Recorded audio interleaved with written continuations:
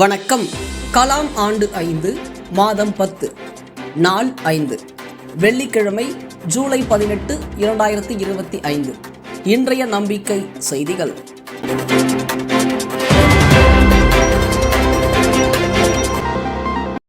அன்று கண்டறியப்பட்ட மாணிக்க மாணவர்கள் இன்று வழிநடத்தும் தலைவர்கள்.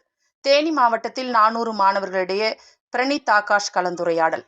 தேனி மாவட்டம் பெரியகுளம் தாலுகா வட புதுப்பட்டி முத்தாலம்மன் இந்து மேல்நிலைப் பள்ளியில் மாணிக்க மாணவரை கண்டறியும் கலந்துரையாடல் நிகழ்ச்சி நடைபெற்றது.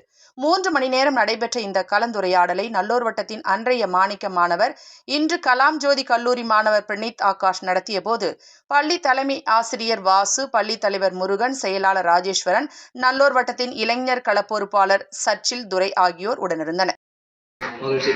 சரி, ஓகே. இப்போ ஃபர்ஸ்ட் படிக்கிறத பத்தி பேசணும், இப்போ திறமையை பத்தி பேசணும். இது ரெண்டுத்துக்கும் என்ன கனெக்ஷன்? திறமை ஏன் முக்கியம் நமக்கு? திறமை முக்கியமா? ஃபர்ஸ்ட் முக்கியமா? முக்கியன்றவங்க கை தூக்குங்க. சரி, ஓகே, எல்லாம் இறக்கிடலாம், கையா இறக்கிடலாம். சரி, இப்போ சொல்ல போறேன் பாருங்க.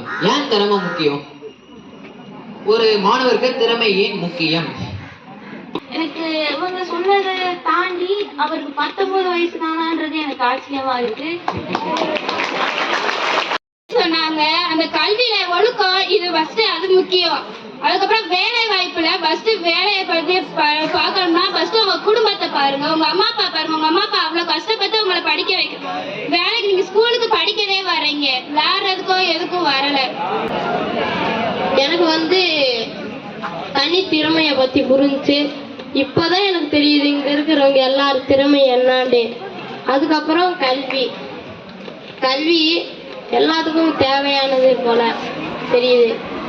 இந்த உரையாடலில் 24 மாணிக்க மாணவர்கள் கண்டறியப்பட்டதாகவும், உரையாடலில் இடம்பெற்ற கருத்துக்களும் உரையாடிய விதமும் கண்டு அனைவரும் வியப்புடன் பார்த்ததாக தேனி மாவட்ட பொறுப்பாளர் குறிஞ்சிமணி தெரிவித்தார். கண்தானம் செய்த சகோதரி திருமதி விஜயலட்சுமி ஆத்மா சாந்தி அடைய பிரார்த்தனையும் இரங்கலும். நல்லூர் வட்டம் நெல்லை மண்டல பொறுப்பாளர் வெங்கட் அவர்களின் மனைவியின் சகோதரி திருமதி விஜயலட்சுமி உடல் நலமின்றி இயற்கை எய்தினார். அந்த துக்ககரமான சமயத்திலும் அவரது குடும்பத்தினர் காலமான திருமதி விஜயலட்சுமி அவர்களின் இரு கண்களையும் தானம் செய்த செயல் மிகவும் பாராட்டுக்குரியது. நல்லூர் வட்டத்தின் சுற்றுலாத்துறை மாநில பொறுப்பாளர் சக்கரவர்த்தி தமது இரங்கல் செய்தியில், உங்கள் குடும்பத்தினருக்கு என் ஆழ்ந்த அனுதாபங்கள். அவரது கண்கள் தானமாக வழங்கப்பட்டிருப்பது ஒரு மகத்தான செயலாகும். அது யாரோ ஒருவரின் வாழ்க்கையில் ஒளி ஊட்டும். அந்த ஒளி அவரை நினைவுபடுத்தும் புகழாக எப்போதும் தொடரும். அவரது ஆத்மா சாந்தி அடையட்டும். தர்மபுரி மாவட்ட பொறுப்பாளர் வெங்கடாச்சலம் அவர்கள், அவரது ஆன்மா இறைவனது திருவடியில் அமைதியாக இளைப்பாற எல்லாம் வல்ல இறைவனை மனதார பிரார்த்திக்கிறேன். விழிதானம் பெற்ற 2 நபர்களுக்கு ஒளியூட்டிய அவரது நினைவுகளும் புகழும் இம்மண்ணிலும், விழிதானம் பெற்ற அவர்கள் மனதிலும் நம் மனதிலும் எப்போதும் நிலைத்திருக்கும். மற்றும் அக்னி ஸ்டீல்ஸ் நிர்வாக இயக்குனர் தங்கவேலு ஐயா, பாரம்பரிய விவசாயத்துறை மாநில பொறுப்பாளர் நட்ராயன் ஆகியோர் தங்களது இரங்கலை தெரிவித்துள்ளதாக கண் உடல் தானத்துறை மாநில பொறுப்பாளர் ஜெயலட்சுமி தெரிவித்தார். நம்பிக்கை செய்திகளுக்காக புதுச்சேரியிலிருந்து ஜூலிதாஸ். சோகா ஐகோடா கல்லூரி முதல்வருடன் மாணவர் கள பொறுப்பாளர் கௌதம் மற்றும் கலாம் ஜோதி மாணவர்கள் ஆலோசனை. கடந்த 11, 12 வெள்ளி சனி 2 தினங்கள் சென்னை பல்கலைக்கழகத்தில் நல்லூர் வட்டம் 10 கல்லூரிகளை சார்ந்த 100 மாணவர்களுக்கு வைய தலைமைகள் பயிற்சியினை அளித்தது. இந்த 2 நாள் பயிற்சி பற்றி கலந்து கொண்ட மாணவர்களின் அனுபவ பகிர்வு தமிழகம் நெடுகிலும் பெரிய தாக்கத்தை ஏற்படுத்தி வருகிறது. சென்னை சோகா ஐகோடா கல்லூரியில் இருந்து கலந்து கொண்ட மாணவிகள் பிரியதர்ஷினி, பார்வதி அது பற்றிய அனுபவங்களை கூறியதை கேட்ட முதல்வர், தமது கல்லூரிக்காக மட்டும் தனியே அம்முகாமை நடத்த ஆர்வம் காட்டியதை தொடர்ந்து ஜூலை 30, 31 2 தினங்கள் வைய தலைமைக்குள் முகாம் நடைபெறும் என்று மாணவர் கள பொறுப்பாளர் திரு கௌதம் தெரிவித்தார். செம்மை இல்லம் 10 அம்சங்கள் எப்படி சாத்தியமாக்குவது? அனுபவ பகிர்வு. ஈரோடு வீரப்பம்பாளையம் சுப்பிரமணிய நகர் குடியிருப்போர் நல சங்க மகளிர் ஜூலை 15ஆம் தேதி சந்தித்து செம்மை இல்லத்தின் 10 அம்சங்கள் தமது இல்லங்களில் எப்படி செயல்படுத்தப்பட்டு வருகிறது என்பது பற்றி ஒவ்வொன்றாக விவாதிக்கப்பட்டதாக திருமதி ஷகிலா தெரிவித்தார்.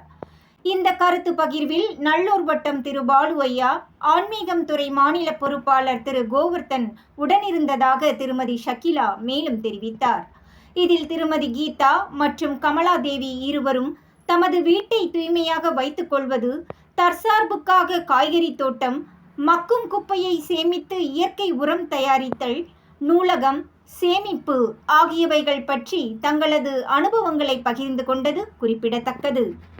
நம்பிக்கை செய்திகளுக்காக சென்னையிலிருந்து தயாநிதி. ஈரோடு பயணத்தில் கோவர்தன்.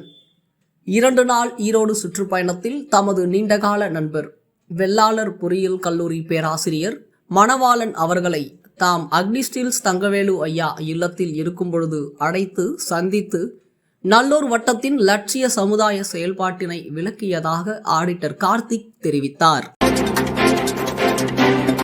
திருத்தணி குமாரகுப்பம் ரயோன் ஆர்ட்ஸ் அகாடமியில் பல்கலை விழா ஜூலை 20, 2025 ஞாயிற்றுக்கிழமை அன்று காலை 10 மணி முதல் மாலை 4 மணி வரை திருவள்ளூர் மாவட்டம் திருத்தணி சித்தூர் சாலை குமாரகுப்பத்தில் உள்ள ரயோன் ஆர்ட்ஸ் அகாடமியில் பாரம்பரிய கலைகளை பறைசாற்றும் பல்கலை விழா நடைபெறவிருக்கிறது.